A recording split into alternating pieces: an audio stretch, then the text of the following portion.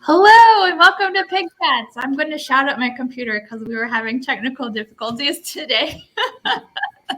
Sometimes our internet just has a case of the Mondays and you just never know what's going to happen. My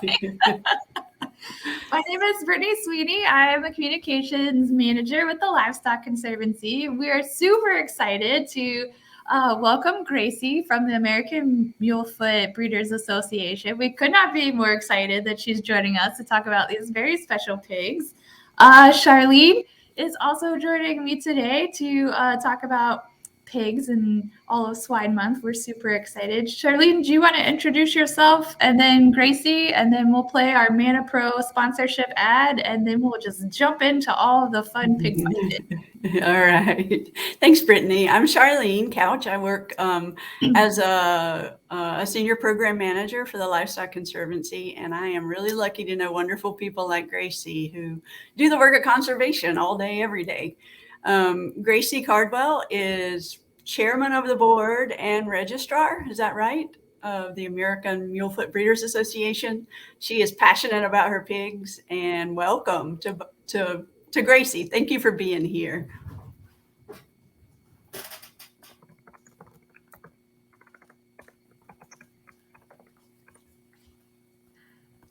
There's a bit of a delay, but Gracie's got lots of stuff to say.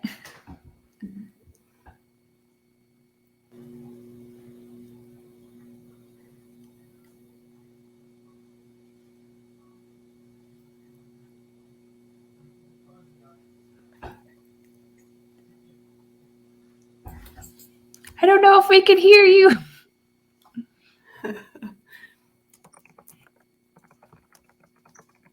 Gracie, we may have lost your voice. Oh, no.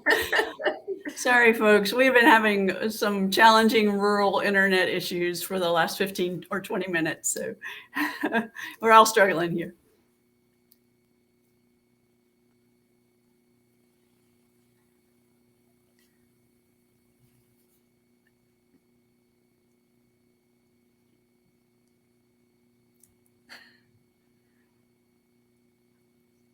All right, well, while we figure this out, I'm going to go ahead and play our sponsorship ad, and then as soon as we come back, we should have sound, hopefully. Fingers crossed, everybody do this. And thank you to Mana Pro for sponsoring Swine Chats, and we'll be right back.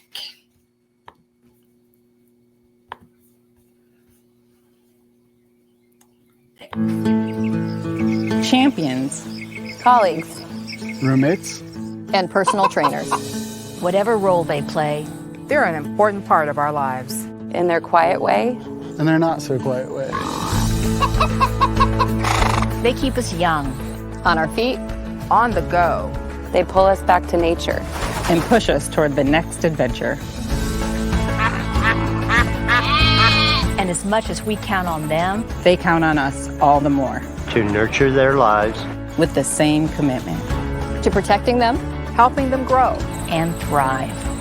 Treating them. As well as they treat us. By giving them a little more of our lives. Because no matter what role they play, out here or in here, we're here to make their lives the best they can be. Mana Pro, nurturing life. All right, we're back. Hopefully, fingers crossed, we can figure out these technical issues. Thank you to Mana Pro for sponsoring Swine Chats this month. We appreciate your support. And thank you to all of our wonderful members who were a part of that video and that process. We are so excited to show off your farms. And now we can't be more excited, I didn't think it was possible, to talk to Gracie. Gracie, can you introduce yourself? Can we hear you?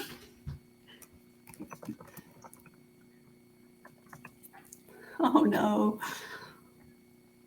We still can't hear you, Gracie. I'm sorry.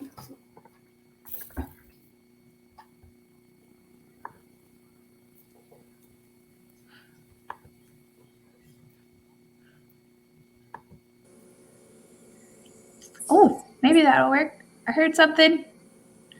Gracie, maybe try now. Can you hear me? Yay! You can hear me. Oh, now the turkey's talking. Okay. Well, I'll just start from the beginning again.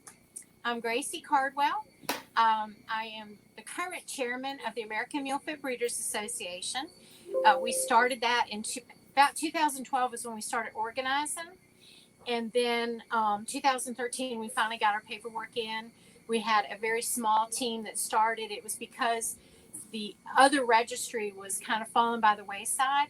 And we needed to support the breeders, not just register the hogs. And so that's how American Mulefoot Breeders Association was formed.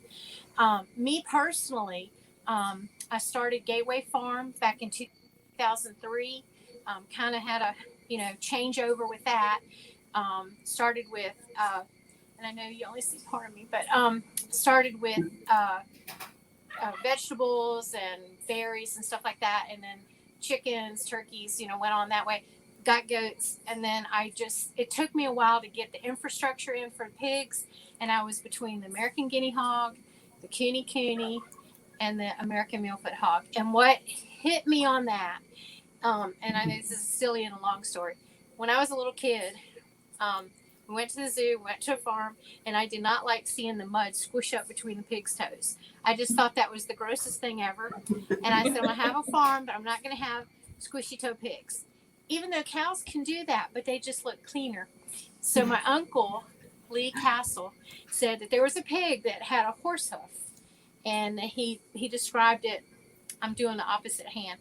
He described it as a horse hoof, and he said, but it's extinct. That was when I was about 10 years old, and I'm a little older than you guys, so that was a while back. Fast forward, been told I couldn't be a farmer. First, because I was a girl. Second, because I wasn't rich. Well, I'm still a girl, and I'm still not rich. I have a farm, and we went from 5 acres. Well, we started with 4 acres, went to 5 acres, now 25. Yay! Good job. And people say, well, how do you support yourself? Well, my husband has a real job. We call it the real job.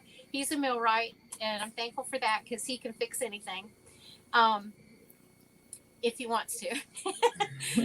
But he lets me hard tackle stuff. I corn cod stuff together.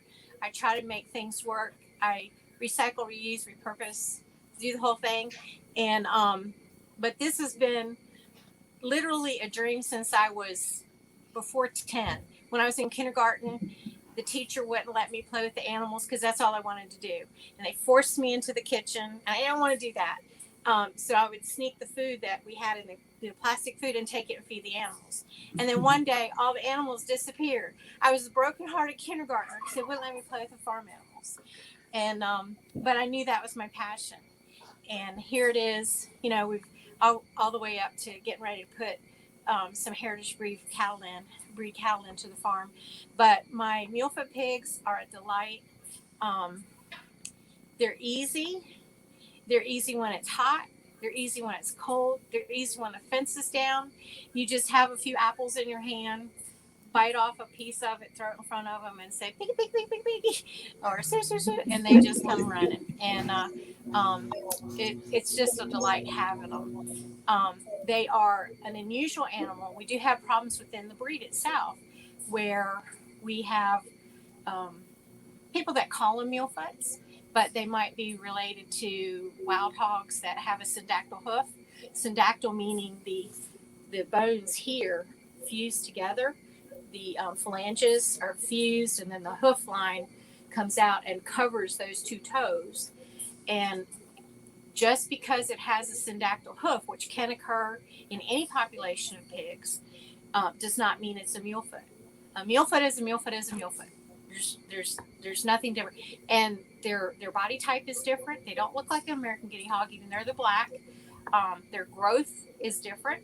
Mulefoot can put on, if you're going to process it, if you're not going to make it a pet, and you're going to process it, it can have 67% meat to bone or to carcass yield, which is amazing for a slow food growth pig, a heritage breed pig, natural, like my guys are in the woods, they're in the field, they're eating hay, they're loving hay. They bite the hay, they shake the hay, they roll in the hay, they eat the hay. They're amazing when you watch them. And they, you've seen the pit bull dogs that get the zoomies. My pigs can get the zoomies. And it's kind of funny when they're 400 pounds and they're skirting around the field, like a bee's after them, but they're not. They're just playing because it's like today is absolutely gorgeous. It's about 40 degrees, sun's out, not so much wind. Yesterday, the wind liked to blow the rooster across the road. It was just crazy up here on the mountain. But today they're all just out there sunning. And I'm going to yield a second, catch my breath, and see what the next question is. Yeah, just breathe, Gracie. Your passion is evident. I know you love these pigs, and you've been obviously in love with this idea for a long time. Can you just take a second for folks who don't even know what an American Mulefoot hog is or what it looks like? Can you just sort of give us a mental image of what a Mulefoot hog is?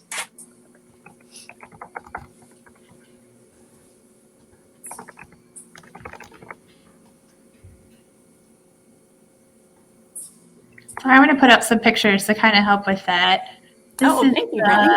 This is a picture of a typical Mulefoot hoof. If you can notice, as it comes down from the corona band, which I'm not sure if I'm using the right terminology, but the corona band above the hoof line is where the distal, I'm not sure if it's the distal phalanges, but the phalanges come together and are fused. When they're babies, there actually could be, there can actually be, I'm sorry. I love it. There It's can actually fabulous. be a little dimple in it, but it's usually because the meat hasn't filled in yet. They're not, when they're first born, usually they're a little bit thinner in their legs, a little bit chunkier in their body, but then that starts changing.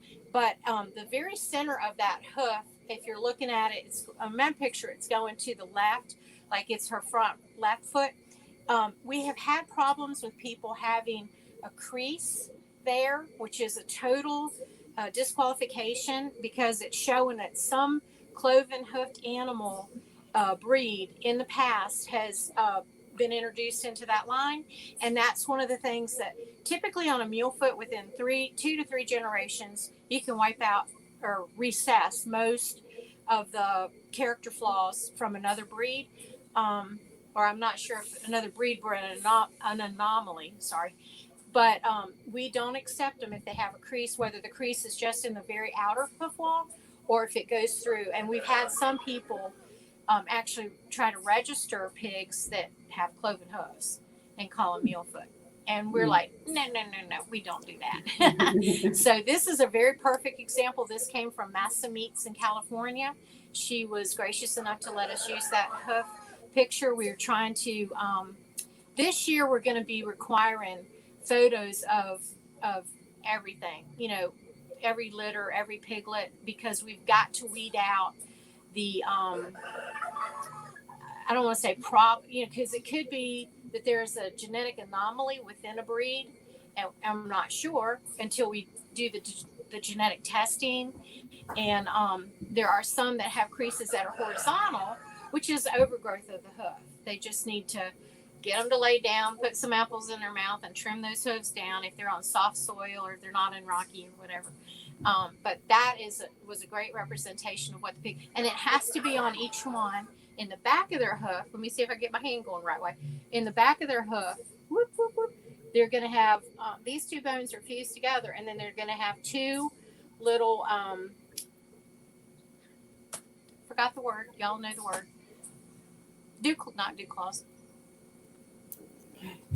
Well, that's COVID for you. It just eats your brain out. I know what they are, but I'll remember it later. But they do have those two. There's the picture. And isn't that the coolest? Isn't that the most stunning hoof print of any animal, whether it's wild or domesticated? That was a freak take a picture in a sloppy, muddy mess. We were trying to load the pigs up to move them up here to Appomattox. And I just turned down and I looked. I've never seen one that was just a clean shot without having 3 or 4 different hoofs on top of it, because they pretty much walk like a I've got a video of them how they twisty walk. I say it's like they're walking on Barbie doll shoes, and they do the pageant, the runway walk. They just do, especially the girls. They just do, and then the hoof prints normally are stacked, so it kind of looks like you faked out a hoof print. So anyway, I thought that was a cool picture, and it took me forever to find it on my phone, but there it is. Great. And I really loved don't it. know whose footprint that is. I didn't record that. And there's my first litter of babies. You can see in the back of the first piglet here in the front, you can see that it's not a cloven hoof at all. His ears, if you notice on their ears, on the two that are looking up, their ears are not like a perfect square, triangle, or rectangle. They have like a little dip in them when it comes to the point. As they get older, you don't notice it as much. Their ears should be upright and a little bit forward. They can flop at the ends. The tips can flop. We have seen some that had like a super strong muscle in their head, that their ears, they just looked like they had a shocked look on their face all the time. Their ears were like pinned back, and that is a fault. Doesn't mean they're not a Mulefoot. Doesn't mean they're not qualified to be registered, but we would not encourage them to be breeder pigs, because we don't really know what is causing the muscle to be like that. There's usually other genetic things going on that cause different anomalies that we see on the outside characteristics. So anytime we have a fault where the pig's ears hang down more like a large black, even though they're not the same size or shape as a large black, we don't recommend those to be bred, because we don't want to encourage the weakness of that muscle across the top of their forehead. And if you notice on both of these pigs, they're the ones looking at us, their eyes are widespread, and that is something we do encourage. We do want. I have had pigs that had very narrow foreheads, which is not a problem with them, but I'm just not going to breed them, because they're and we have a need for feeders too. So, they're still the same genes out of the same mom and dad, but something happened and their outward characteristics aren't perfect, and we love them from the minute they're born to the minute they go to the processor. I usually give them hugs and apples, and I tell them basically when I've judged them about 6 months to 8 months old what their destination is. So I don't keep a secret on my farm. But we started with eight litters of 8, with the first one passing, during the birth process or being stepped on by a new mama. And then we got, after about the third year of breeding, we got up to 11 piglets per litter. And when we sold our boar to the next farm, to Kelly Farm up in Deltaville, she got up to 12. And the mating between that boar, now these two sows are Ethel Mertz and Vivian Vance, and I don't have a picture right here of Fred, but the daddy was Fred Mertz, and he has sired pigs all the way to Connecticut, and or his progeny is there, and he's just been a super pig, and with the right lines crossing, he has had some amazing breeder gilts and boars come out. So we're really proud of that line. Really proud of it. Yeah. There's just some handsome pigs. And that was one of my first babies. I was looking, I had been around pigs when I was younger, and mama sows do not like people near their babies, and usually will try to jump a fence to get you.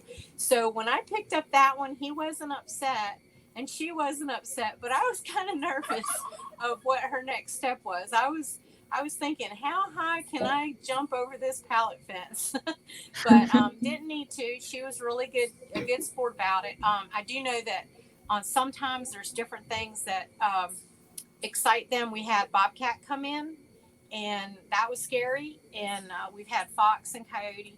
But the bobcat, when it came in, the boar actually, he just protected that was when we had 11 piglets out of both litters, and he protected the whole herd. He just made them go into the hut, which normally they just want to lay out in the woods. Mamas will make their nest. They'll dig out a big pit, even if it's mud everywhere. She will dig down to the dry. She will pull in grasses and build a nest. One year, one of them built a nest under my tractor. So it was like, now I can't use the tractor. So it was, we just tarped it over and said, okay, you get the tractor for now. Now I got to go back to pulling with a wagon.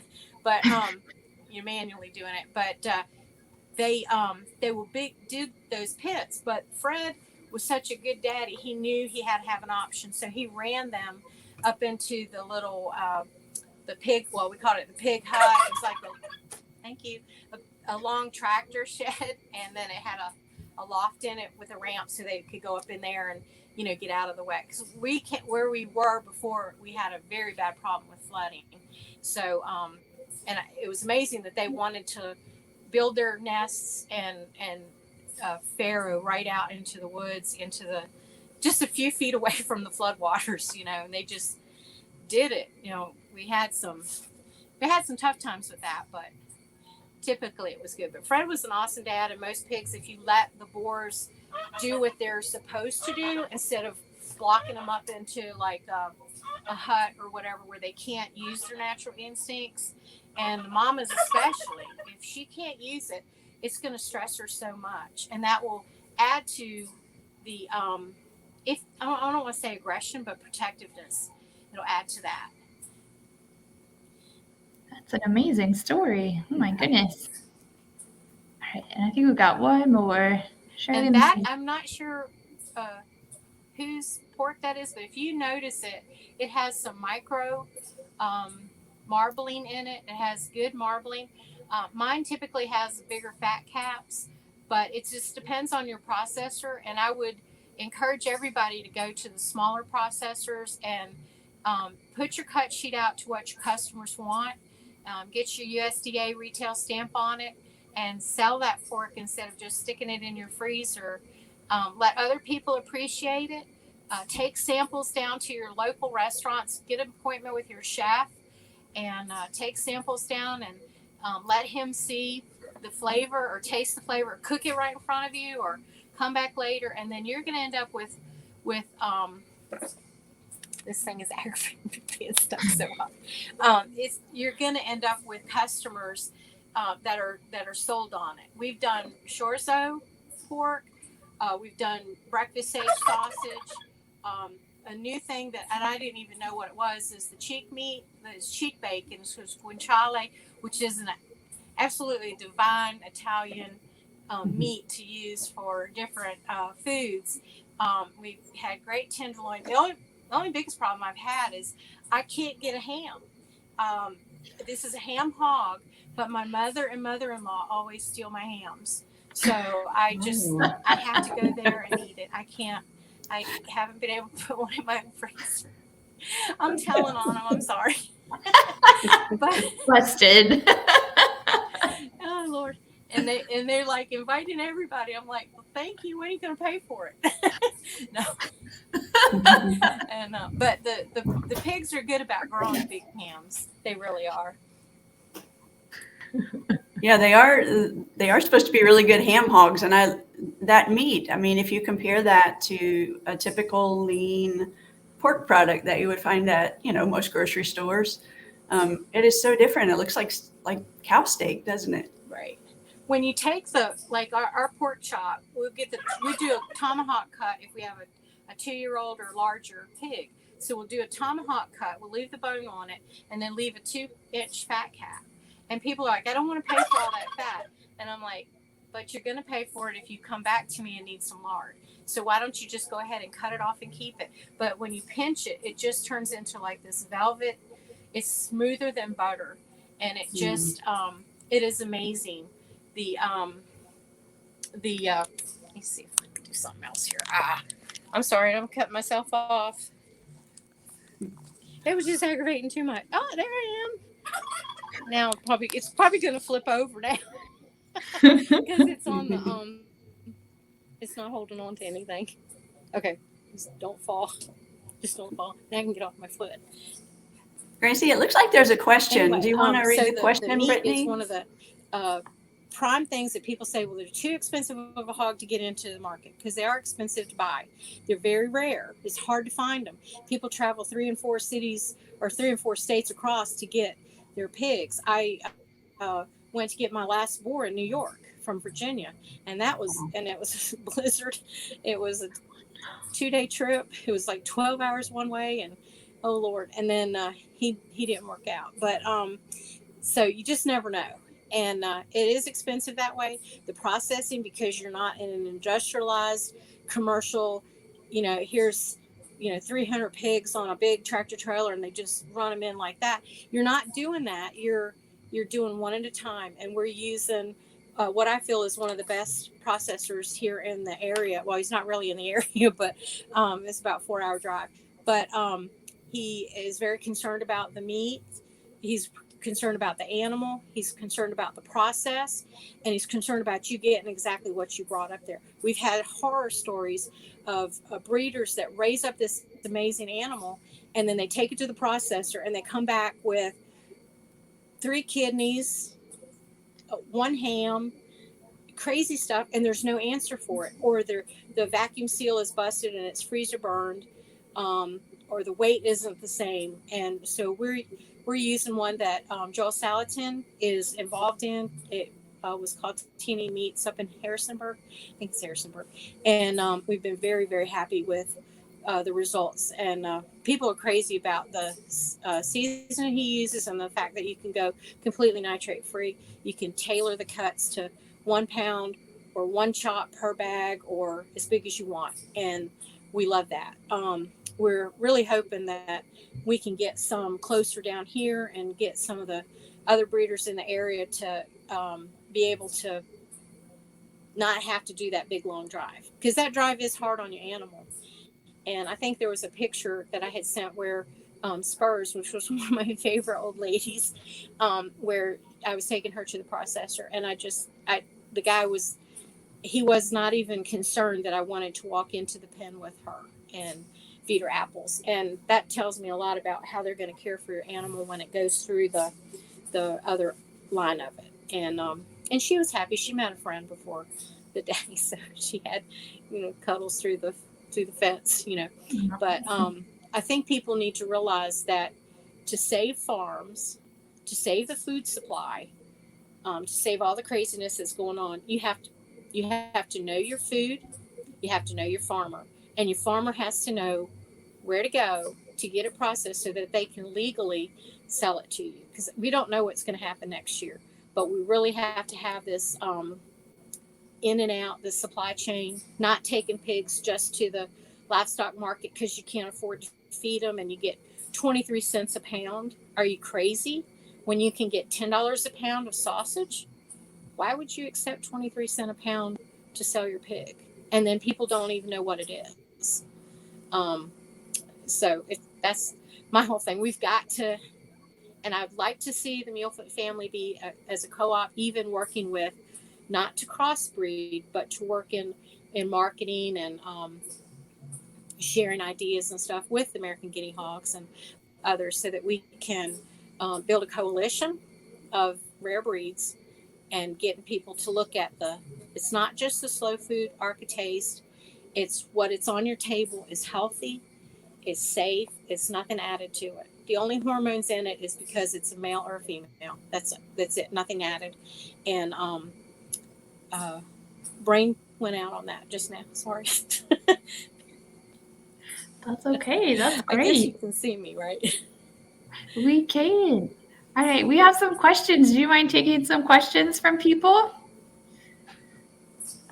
Let's see. Hi, Santiago. Thanks for joining us from Spain. That's super exciting. We're so glad you're here. Hello from Spain. Wow. Hi, Lisa Marie. Hello, We're so Lisa glad Marie. you're here. Thanks for joining us from Alaska. That's awesome. I have to tell you something about Spain.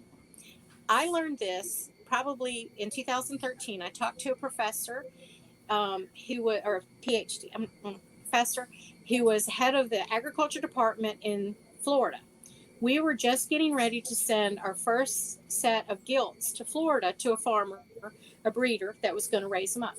And when I called him to ask, I didn't know I was getting the head guy. I thought I was just going to get a techie person. What kind of forms do we have to do for the export to get them across Virginia state line, North Carolina, South Carolina, whatever that next state is, Georgia, I guess, and then to Florida. I'm sorry, I'm not into geography, but so we had to figure that out, and it was they had to go through and get their CVIs, which is their certificate of veterinary inspection. They have to weigh them. Some age group they have to do blood tests, and you have to wait for that to come back. Some of them is weight, heart, lungs, visual. The vet has to wear earplugs when it's little ones because they are not happy being in the vet. I think it's the canine thing in there that kind of disturbs them a little bit, and no hay. But I talked to him, and he told me that, and this is counter to what is the popular words from, or the popular history of the American Mulefoot hog. He said those pigs were brought here from Spain by the conquistadors, the Spanish or whatever, to Florida originally. And the reason they brought them because the climate in Spain had, I guess it was sandy soils or muddy soils or whatever. And they knew Florida they were a small, compact pig, easily get on the boat and come over. And then when they let them off, they did fine. But then the people didn't do well because of the mosquitoes and the malaria and all that. So that those pigs, don't know what happened to them. I'm sure they, either got all ate or just dispersed and kind of started mixing in with the wild hog population.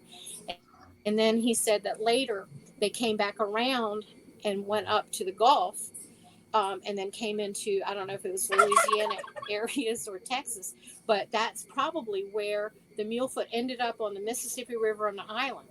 So they originally were probably from Spanish hog. I don't know what they would have called them. I'm sure they wouldn't have called them American Mulefoot hogs, but they were from that that line. The color has always stayed black. The hoofs have always been the same. The ears have always had that little flare on them. I'm getting the sun coming in now. The little flare on the end of their ears. Not a total corkscrew tail. They have a heavy tail, but they're a solid between my little ones.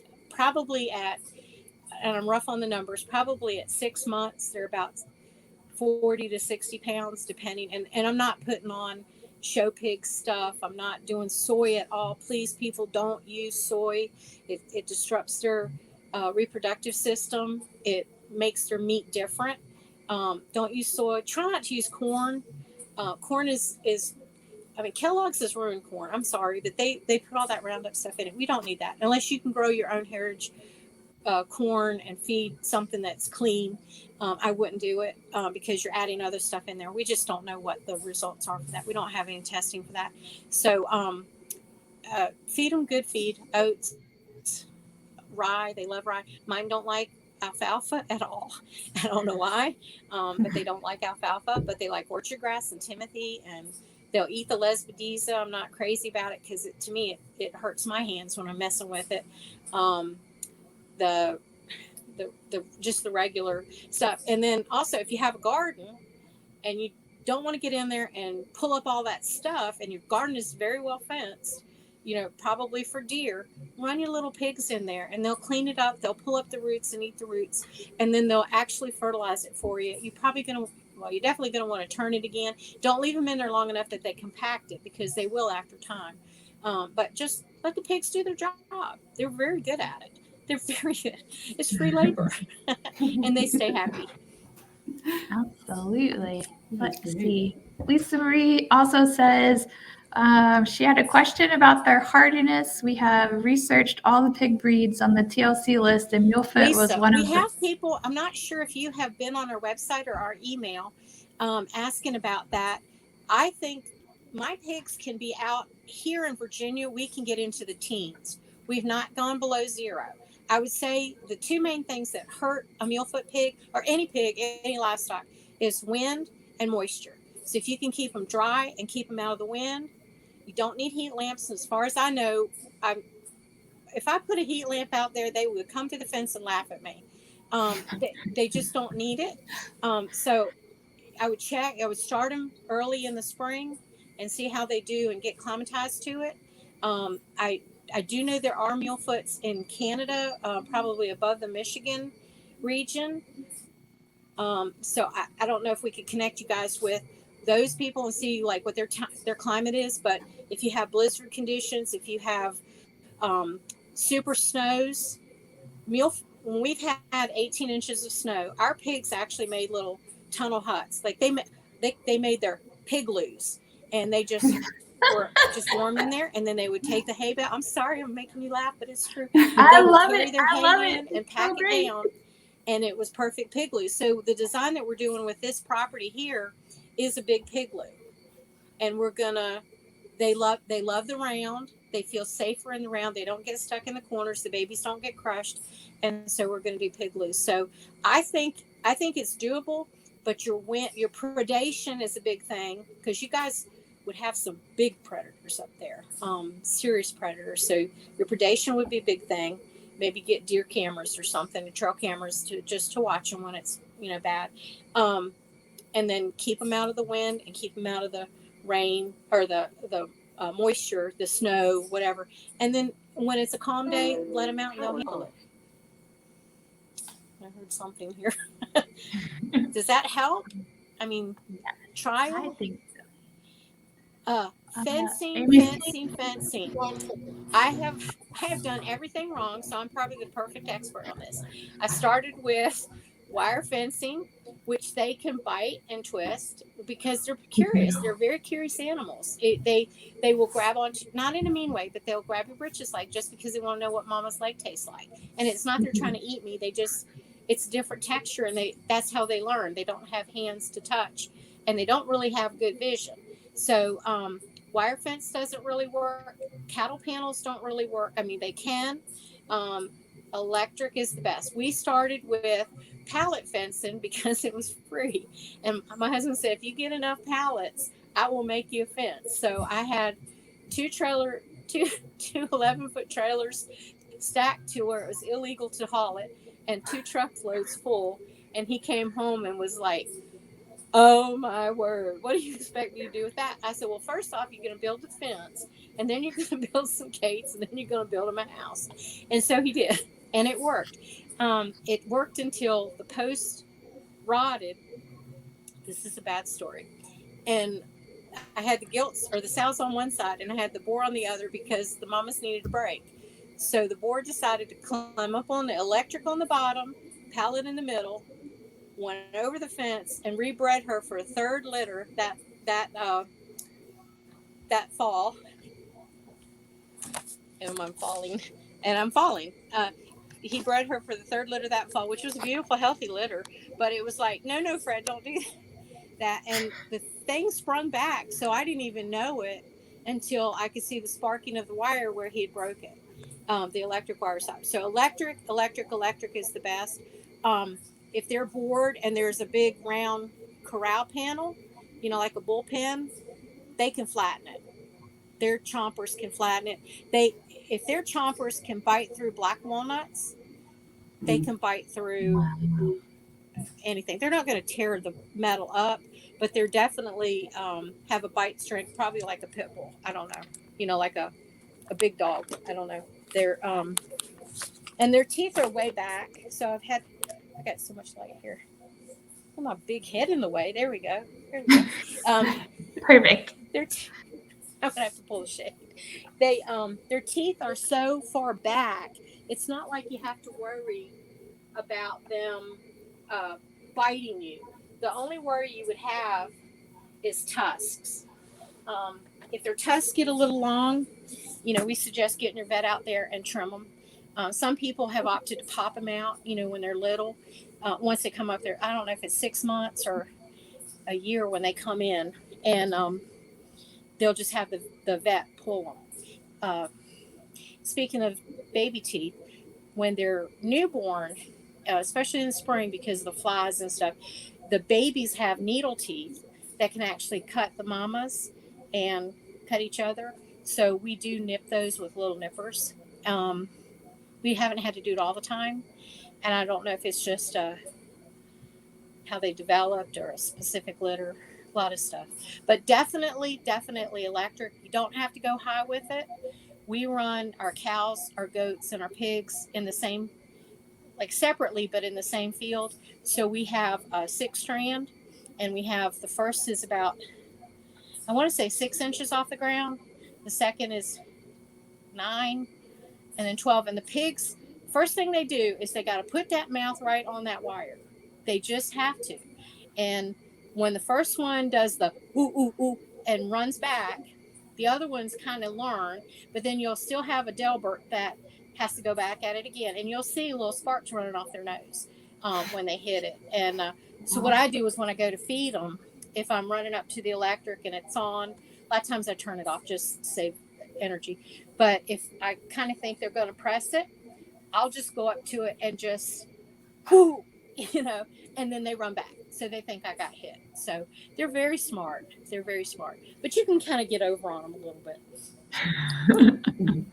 Oh, and don't just use the white posts, the white step ins, because the tension of the electric, especially around your corners, it can pull it down. You don't want anything that then they see it's not solid. They need to think it's solid. So if you have to use the the T-posts, they're a lot more expensive. Use the T-posts, and then definitely use your big wooden posts. I know it's more expensive that way. Once you have your perimeter and it's solid, then you can get away with just like horse tape. And they see that wide horse tape and they're like, I got my nose bit. I'm not going to go across that again.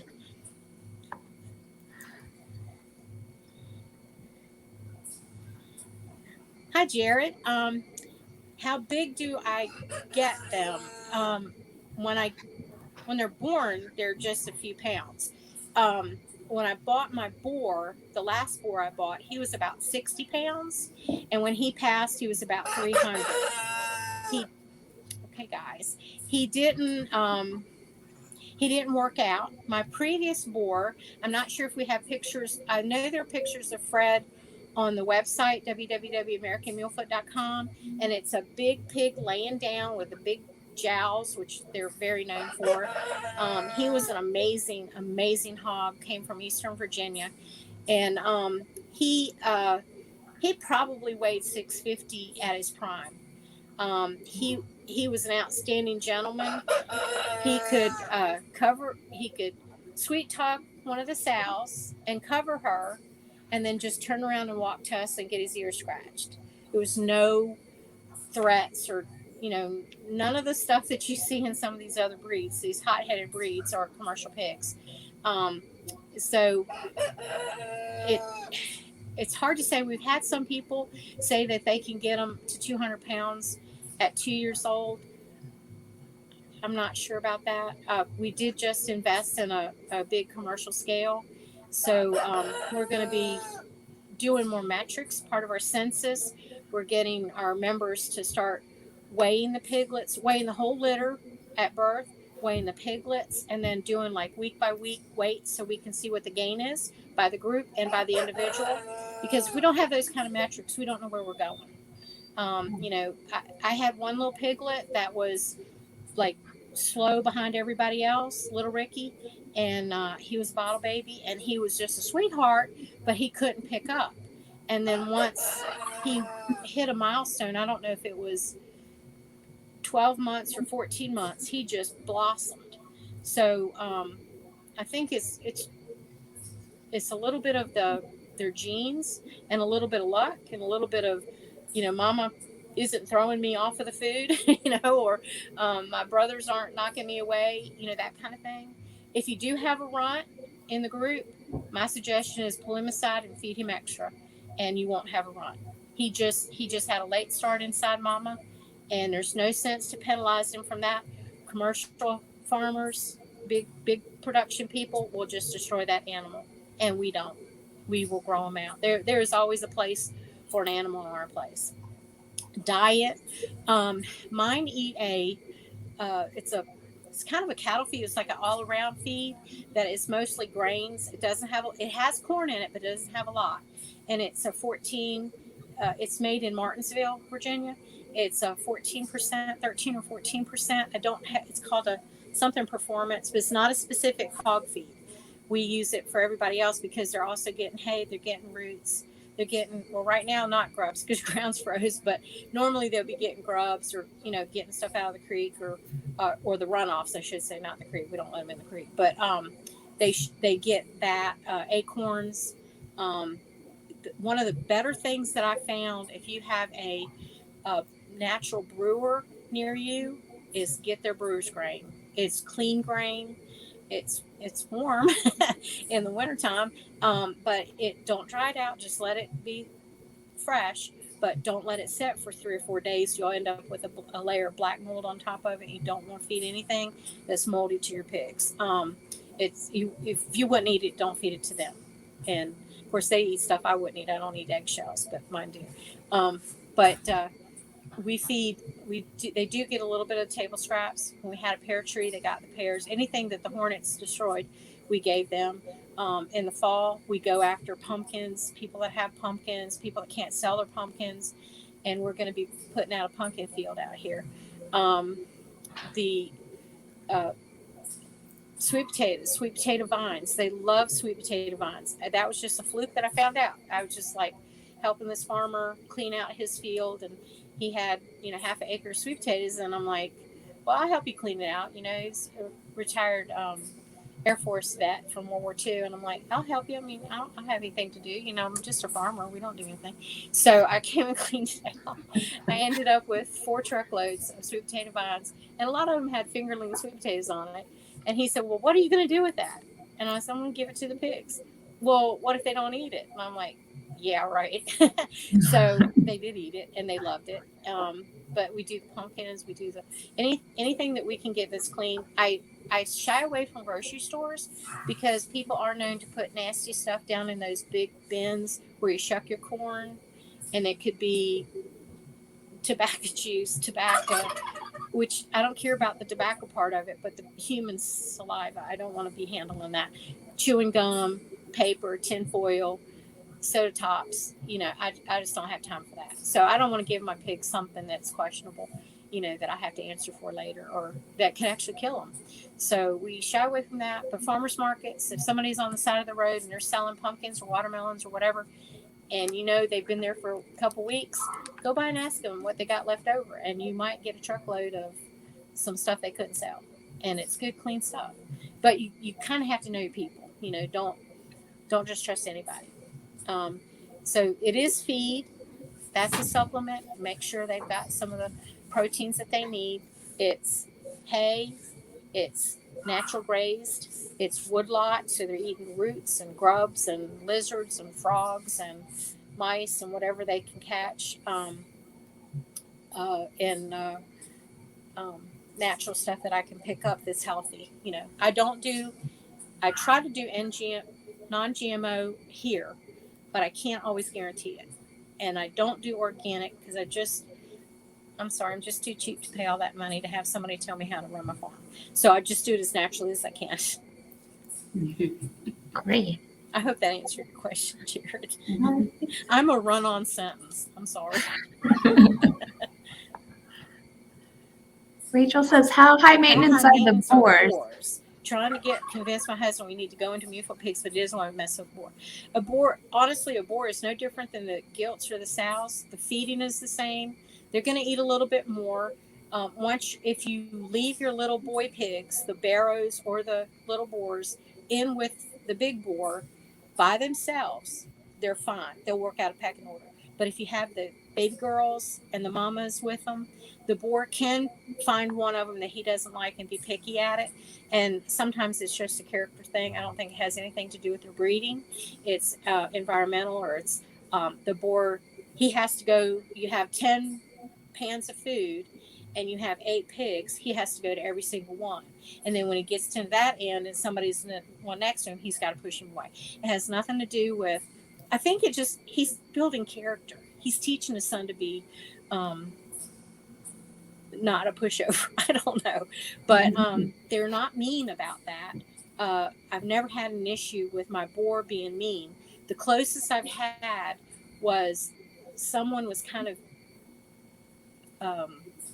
not friendly to one of my pigs, and she remembered it. And we can't breed her for babies now because it's like we don't know if that was because of that person or that incited it. If there's something else going on with her, that she, a switch flipped in her head. Not sure. So when we have one that gets temperamental, then their days are numbered, and we just have to do that. We can't risk a pig hurting somebody. And if they hurt you, it's because they turned their head really quick, and it's like 100-some pound bucket head that could break your knee. It's not that they're intentionally going to jump on you and ravage you, like wild hog. They don't do that. And matter of fact, sometimes when you try to load them and stuff, it's not that they are resisting loading. Like if you're going to the process, you're moving them from one field to another and you put them on a trailer, it's they just don't understand. And the best thing to do is, even like with my boar Fred, he had always been on our property for like 4 years. So when we brought the trailer out there, he was mortified. He didn't know what it was. It made all these metal sounds. Everything on the farm was wood. And his, pallet palace was just wood. He didn't have those kinds of sounds. So what we had to do is feed him, make a ramp and a little alley, and feed him every day for about a week until he got used to it. And then when it was time to load him up, he was already in there, just laid down. Look, I can lay in the hay and eat and not even have to get up. So it was easy when he moved, and it was easy when he went to the next farm. So and he was a great breeder. But I will tell you this, once they get up to a certain size, I don't know if it's 8 or 9 or 10 years, they can risk having arthritis issues, just like any other animal that has a lot of weight. If you put on weight fast or you do it sloppy with a lot of these show booster, performance boosters and stuff that increases the protein to 20, 22, 24%, which is not natural. They can't find it unless they're just a carnivore, they're not going to find it in the wild. So if you do that, you risk having, issues more with their bones and joints. Fred he got moved a lot. And I think if he could have stayed in one spot, he probably wouldn't have that issue. But I would get them because they're cool. If you go to the American .com website and look at some of the big boar pictures, they're just cool animals. They really are. All right, this is a long one. Brad's having trouble finding a breeding stock Mulefoot hog.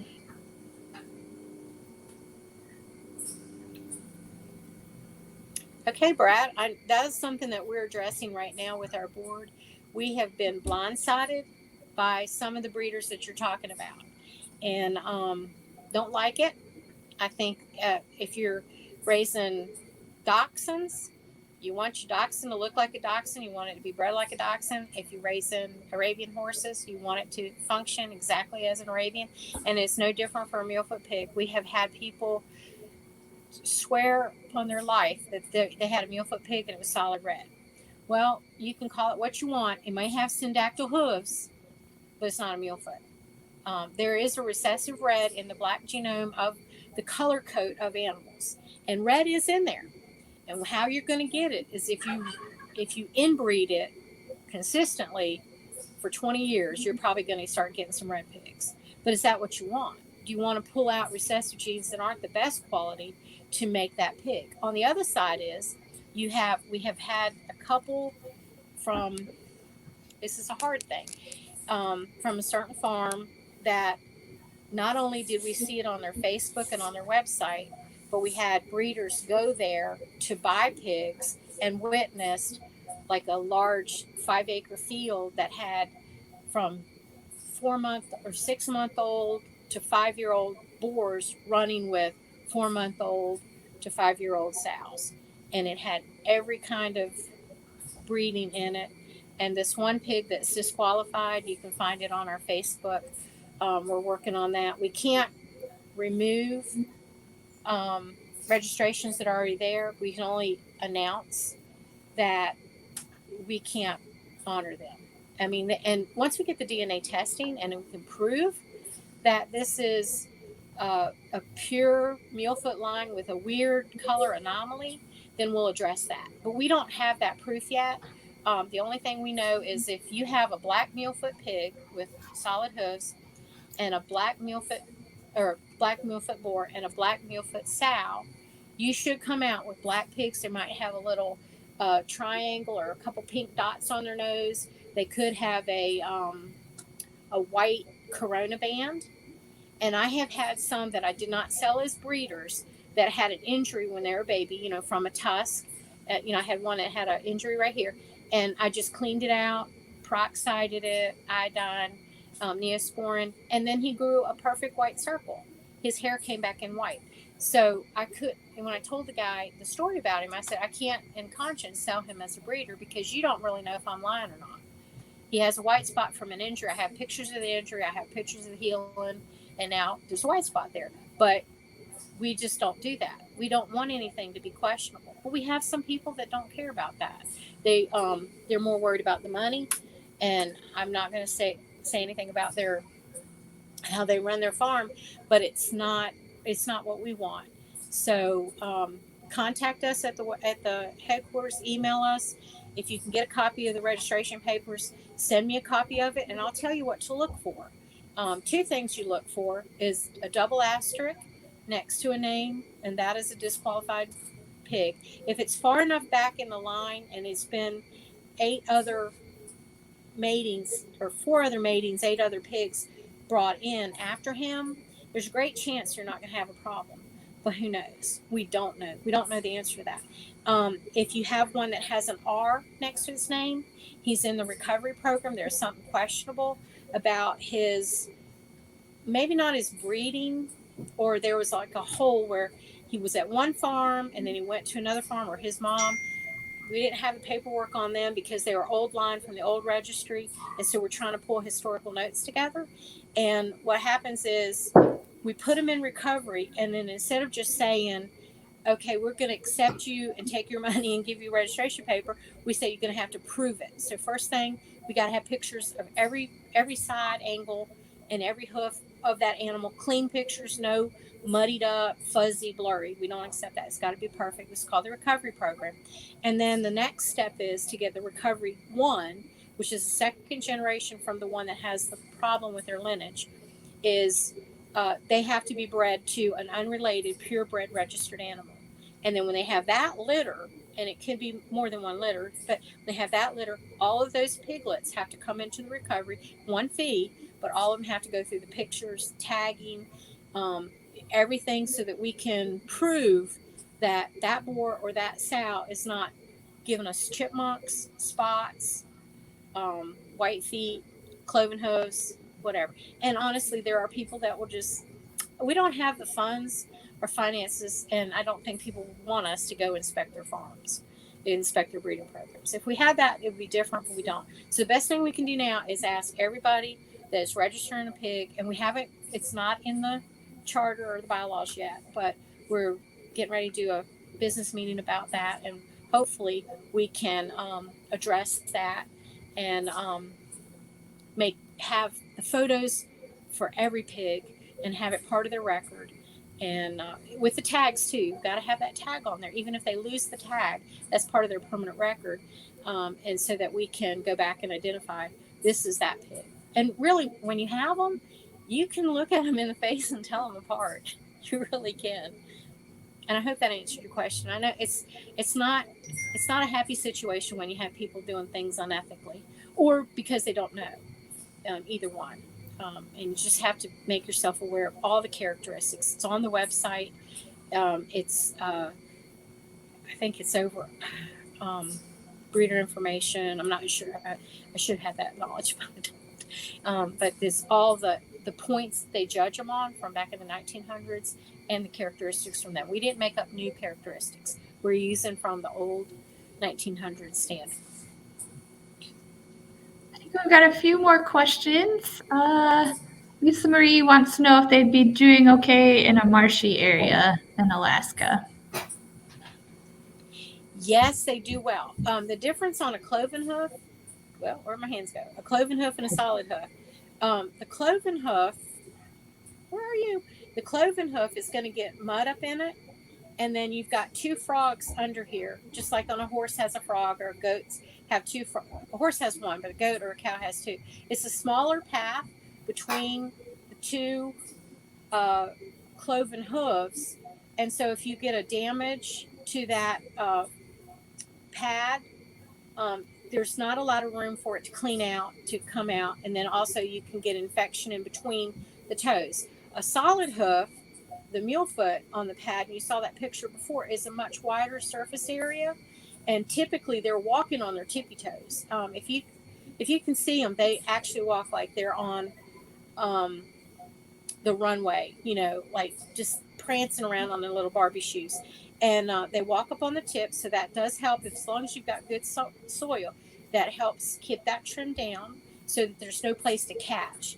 If they get too grown out, because it is soft ground, you're probably going to want to trim them, because it will. It's just like anything that's path of least resistance. If there's nothing wearing on it, they don't have logs to run over or rocks to run over, then those hoof walls aren't going to be abraded down.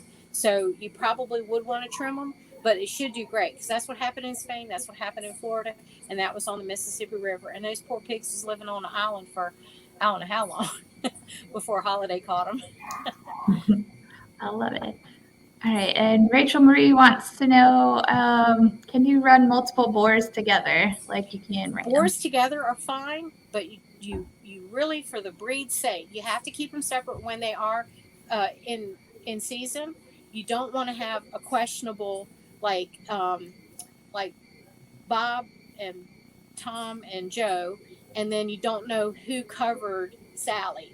You've got to know who's covering them. So the boars together, there's going to be a pecking order. If you have chickens, you got a rooster, he's the head one. You got a hen, she's the head one. You've got cows, you got a head cow. Now I've got a bull, but he doesn't know he's the head. He thinks he's a Cocker Spaniel. So I don't know how that fits. But you really have to watch it when it's breeding season. But you can put the boars all in together. You can put different ages together. They're going to have a pecking order. They might be hollering a little bit because they don't like it. As long as they have room and they're fed, they have water, and if they need shelter, they have that, and a sense of security, then they should be fine. There's always going to be one that's dominant, so you just expect that. Doesn't mean they're mean. They're not mean. We have had, when I was growing up before, as a young kid, we had it wasn't Tamworth. It was a red pig. I don't know what it was. And he was mean. He would kill our chickens. He was just a monster.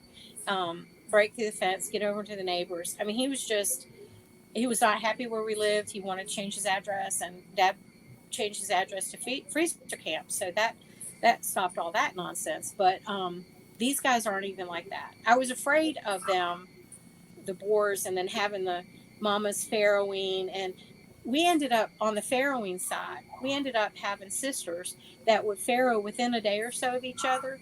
And this was one of the coolest things. I don't know if it's in other pigs. It probably is. I don't know. But one mama would lay down, and both of them at that time would have 7 piglets each. One mama would lay down and nurse. The other mama would go get fed, we always had the food out there, but go get fed, get in the hay, go get in the mud hole, do her little thing, have her spa day. And then a couple hours later, she'd come right back to the spot next to her sister, lay down, and then the other one would get up and go, and those pigs would just rotate back and forth from mama to mama. And it was just a beautiful thing. It was just no fighting, no stress. They did have their own nests for nighttime, but they would all just cuddle together like little, I don't want to say pigs in a blanket, but like little sausages lined up, and that's how they slept. And you'd have and it was odd to me because you'd always have the littlest one was on the end, and I always felt sorry for him. But it's the pugnacious part of them. I love it. All right, we have one more comment from Matthew, who loves the idea of heritage co-ops. He's a member of the American Guinea Hogs Association. Matthew, we need to do that. Email me. I've been trying to work on a theme, a slogan. We were in the middle of a move, that's my husband. I'm going to text him to leave me alone. We're in the middle of a move for, I don't know how long. It took me over a year to get everything moved out here. Give me just a second. I got to keep him happy, and hopefully he'll bring supper. But anyway, we need to work together to make this work, because it's not working the way it is. And I meet farmers, and I don't care what kind of pig you raise. If you're raising it and trying to feed your neighborhood and your community, we all need to work together. And I'm more keen on what the Livestock Conservancy has done for us, American Mulefoot Breeders Association. Oh my word! And for all the animals, and like Jeanette Behringer, she's like kind of getting me looking at the milking. I'm gonna mix up his name. Milking Shorthorn. My family raised horses and mules for draft, and so I think I have that in my gene. I have actually hooked my wagon up to my goats and made them pull a load. Unfortunately, the maiden goat that was the best at it, she's not here anymore. But it's like 20 years ago. But I would love to do that. We're looking at Lincoln Reds and can't remember the name, but they're the blue with the white. But I think I'm going to keep it with the red breed, the red animals and the black. I don't know why. And I'm not a Chicago Bulls fan, so I don't know why I like the red animals. But anyway, nothing against Chicago Bulls. But we are looking at that, and like I said about what Livestock Conservancy has done. I mean, that thing that they did with the heritage stamp. Oh my word, it's just amazing, just amazing. Well, I'm going to say the best way to get in touch with Gracie is to go to the American. I do have some numbers if you're interested. Yes, please do. Yes. Okay, I'm going to throw some numbers at you. Now, we're small. We have a lot more people on our membership roll that get on because they're selling a pig. They don't want to be a member, and they're not a member. They had paperwork from the other registry. So they're selling a pig. We've got to get that information into the system. So there's a lot of names on our roll that aren't really members. But just in 2021, we had 25 new members come in. That was a win. And I have seen it. Now, I was in the hospital from October till December with COVID. So I was almost feet up pushing daisies. But when I came, I know it's really bad. I still have my oxygen.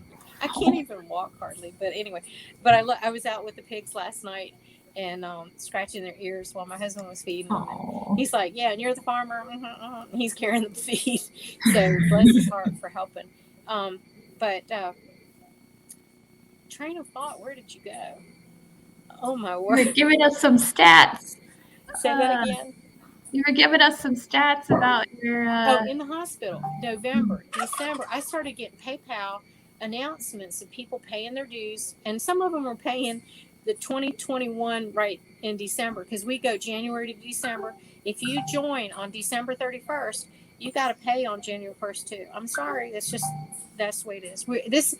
Everything we do, I don't get a paycheck for it. I don't take $1 or a dime, nothing. Nobody that works in the AMBA takes any money for ourselves. I cover the phone bills and all that. Now the AMBA does do postage and printing out papers and stuff like that. But we had that 25 member increase. We have had, since AMBA has been around, we've had 961 pigs registered.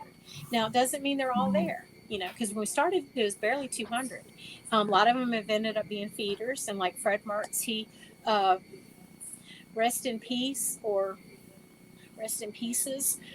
He finished his course and became a horse, but he was such a delightful pig. I know he appreciated my humor and my music when I would sing to them. I'm sure he didn't, because I can't sing. But in 2021 we had 138 new registrations.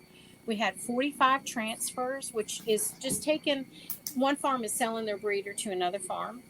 We've had 69 new boars added.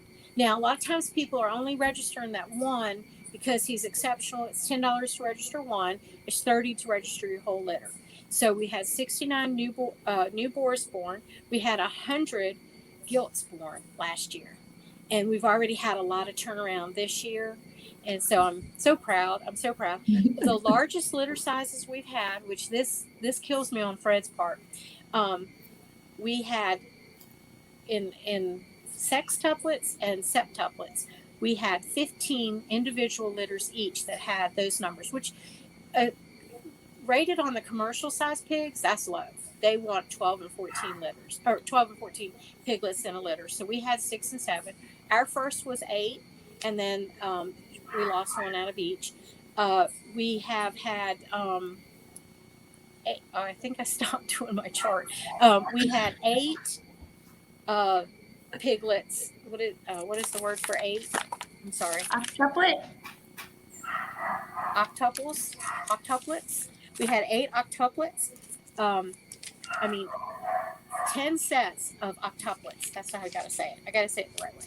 And then we've had 2 undecuplets, which is litters of 11.